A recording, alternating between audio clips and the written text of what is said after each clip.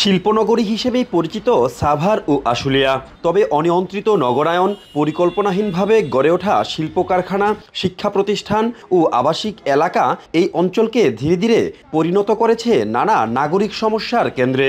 সীমিত সম্পদ ও জনবল নিয়ে সাভার পৌরসভা ও আশপাশের ইউনিয়ন পরিষদগুলো এতদিন এই বিপুল জনসংখ্যার নাগরিক চাহিদা পূরণে হিমশিম অবস্থা। তবে সিটি কর্পোরেশন বাস্তবায়নের পর সেবা কতটা সম্প্রসারিত হবে তা নিয়ে নাগরিকদের মধ্যে এখনও রয়েছে মিশ্র প্রতিক্রিয়া।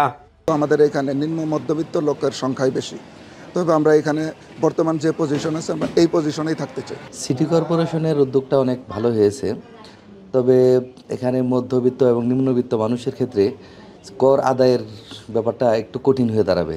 আয়কর এবং ট্যাক্স নিম্ন মধ্যবিত্ত যারা দিতে পারে সেটা সরকার নজর রাখে। জীবনযাত্রার মান বাড়লেও খরচ, আনুষঙ্গিক খরচ বেড়ে যাবে।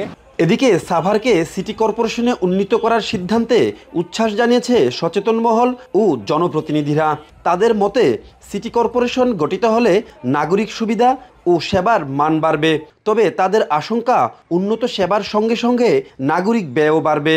আমার প্রস্তাব থাকবে যাতে সাভার সিটি কর্পোরেশন হলে অবশ্যই যেন নাগরিক সুবিধার কথা চিন্তা করে সমস্ত কার্যক্রম যেন একসাথে শুরু করা যায়। সাভার সিটি কর্পোরেশন হলে এলাকার জনগণের জীবনযাত্রার মান বাড়বে, বাজেট বাড়বে, এলাকার রাস্তাঘাটের উন্নয়ন হবে, ড্রেনেজ ব্যবস্থা ভালো হবে। সরকার যে সাভার সিটি কর্পোরেশনের যে করার যে সিদ্ধান্ত নিয়েছে, আমার কাছে মনে হচ্ছে যে এটা সময় উপযোগী সঠিক সিদ্ধান্ত। সিটি কর্পোরেশনের মধ্য দিয়ে আমরা আমাদের চাওয়া পাওয়া গ্রিন সিটি, ক্লিন সিটি হিসাবে এই সিটি কর্পোরেশন অর্থাৎ সাভার আশুলিয়া স্থান হবে। এদিকে নতুন সিটি কর্পোরেশন গঠনের মাধ্যমে পরিকল্পিত নগরায়ন নিশ্চিত করা গেলেও বিভিন্ন কারণে এই মুহূর্তে সাভার উপজেলাকে সিটি কর্পোরেশনে অন্তর্ভুক্ত করা অযৌক্তিক বলছেন নগর পরিকল্পনাবিদরা। সাভার পৌরসভা বিগত প্রায় 3 দশকের অধিক সময় যাবৎ তার যে কাজের পারফরমেন্স বা যে ধরনের ফলাফল সেটা বিবেচনায় হাতে নিলে এই মুহূর্তে সিটি কর্পোরেশন হিসেবে তাকে উন্নীত করাটা খুব বেশি যুক্তিযুক্ত বা খুব বেশি সুচিন্তিত পদক্ষেপ হিসেবে আমার কাছে মনে হচ্ছে না। অপরিকল্পিত নগরায়নের চাপ মোকাবেলায় সাভার সিটি কর্পোরেশন গঠনকে অনেকেই সময়োপযোগী হিসেবে দেখছেন।